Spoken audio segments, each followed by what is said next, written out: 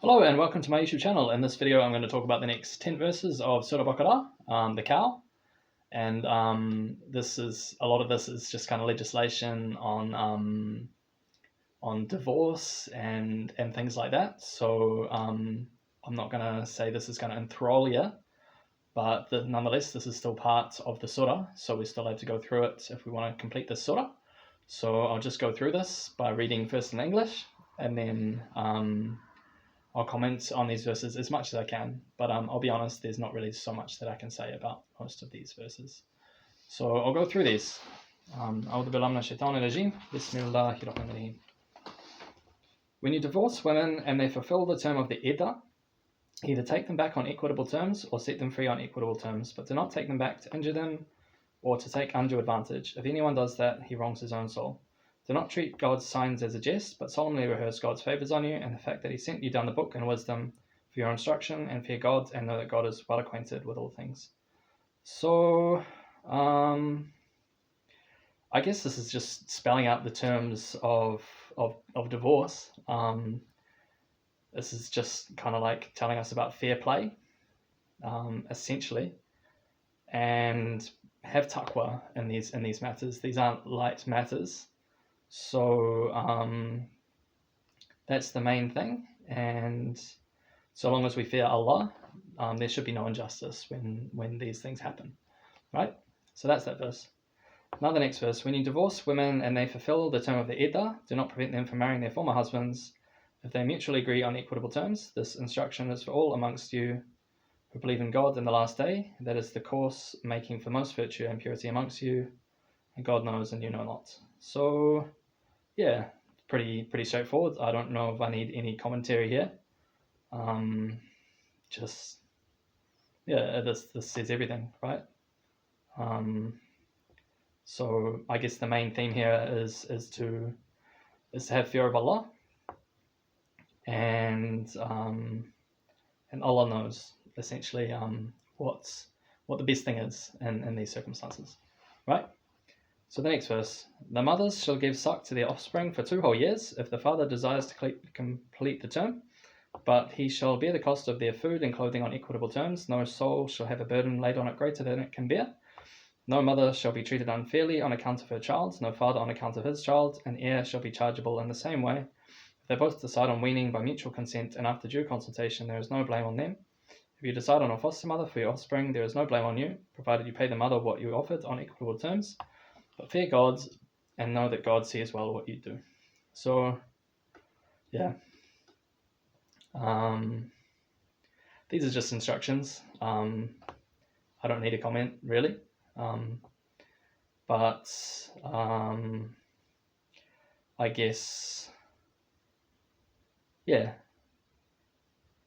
it's just good to know what the right thing to do is in these scenarios, right? So that's essentially what this verse is telling us, just what to do in these scenarios, right? So the next verse: if any of you die and leave widows behind, they shall wait concerning themselves 4 months and 10 days. When they have fulfilled their term, there is no blame on you if they dispose themselves in a just and reasonable manner. God is well acquainted with what you do. So yeah, this is just what to do if you pass away, and what your wife would do, and pretty straightforward. I don't really have anything to say about this. Just instructions again. So that's that one. Now the next one: there is no blame on you if you make an offer of betrothal or hold it in your hearts. God knows that you cherish them in your hearts, but do not make a secret contract with them except in terms honourable, nor resolve on the tie of marriage till the term prescribed is fulfilled. And know that God knows what is in your hearts, and take heed of Him, and know that God is oft forgiving, most forbearing. So yeah, don't make secret contracts of marriage. And essentially Allah knows what's in our hearts. So whatever we may be intending or whatever, Allah knows it. And be wary of God when we are sort of engaging in these sorts of interactions, and know that He is forgiving and forbearing as well. So that's that verse. Now the next verse. There is no blame on you if you divorce women before consummation or the fixation of the dower, but bestow on them a suitable gift, the wealthy according to his means and the poor according to his means. A gift of a reasonable amount is due from those who wish to do the right thing. So what stands out to me here is to give a dower, to give a dowry, basically a gift of a reasonable amount. So this is just part of our religion. When we marry, we give a dowry, and don't skimp out on these things. I mean, this is in the book of God, so we need to actually take heed of what our duty is. And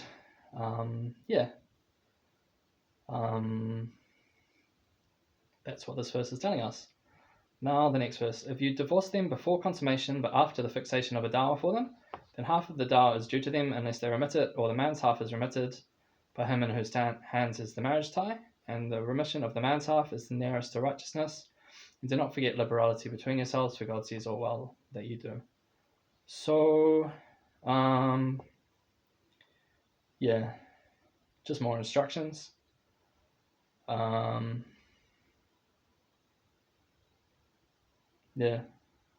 Just, I guess the most important thing in this verse is taqwa as well, fear of Allah. Be sure that when we are doing these things, we have taqwa, we have fear of Allah, and know that we can't sort of cheat or skimp out on these things. We need to be honest and upright and do the right thing always, with the knowledge that Allah is sort of overbearing on these matters, right? So that's that verse. Now the next verse. Guard strictly your habit of prayers, especially the middle prayer, and stand before God in a devout frame of mind. So this is interesting. It speaks about the middle prayer, and we know this is asr. So why does it signal the asr prayer as one to strictly guard, especially the middle prayer? To me, this is probably my understanding of this is it's the one that's most likely to be forgotten, because so the morning prayer, that's the first thing we do when we wake up, so we're going to be awake and ready for this one. And the evening prayer, that's the last one of the day, so we're attentive for this one. And the middle prayer, it just seems like a time of day where we might just be a bit haphazard and a bit lazy. So especially guard this prayer, because it's something that we might necessarily forget. And yeah, that's the way I see it. That's why I believe that we are especially to guard the middle prayer, but strictly guard the habit of prayers, all prayers as well. So basically, by doing this, we achieve success in both worlds, and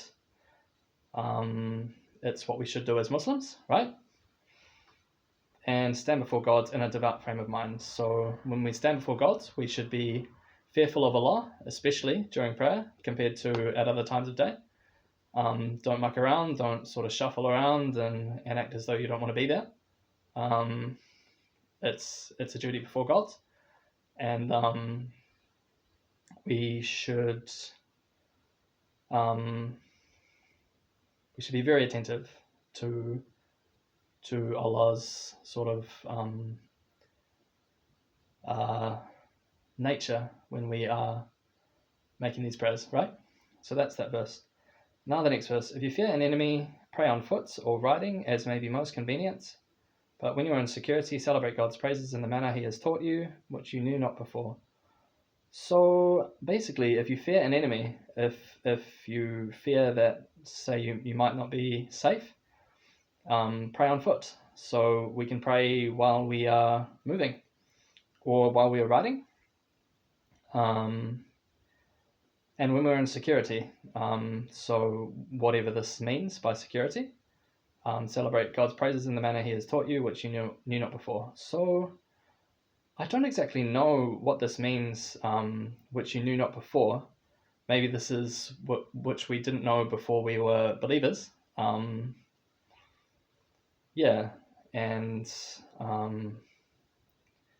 basically, yeah, do all the right things ordained for us as Muslims, right? So that's that verse. Now the last verse, those of you who die and leave widows should bequeath for their widows a year's maintenance and residence, but if they leave the residence, there is no blame on you for what they do with themselves, provided it is reasonable and God is exalted in power wise. So that's pretty straightforward. I don't need to explain any more of that. But yeah, essentially do your duty before God's, and there should be no fear. So that's the next 10 verses, Surah Baqarah. I apologize that I am not going into extravagant detail here. Either there's not much to say because these are pretty clear-cut verses, or I don't want to sort of go beyond what my knowledge really is, and I don't want to say things that I don't really know, because these are sort of matters of legislation, and I don't want to cross the bounds of my own knowledge here. So that's everything for this video. Stay tuned for more. I'm just going to keep making these videos until I finish Baqarah, and then that'll be it. Cheers.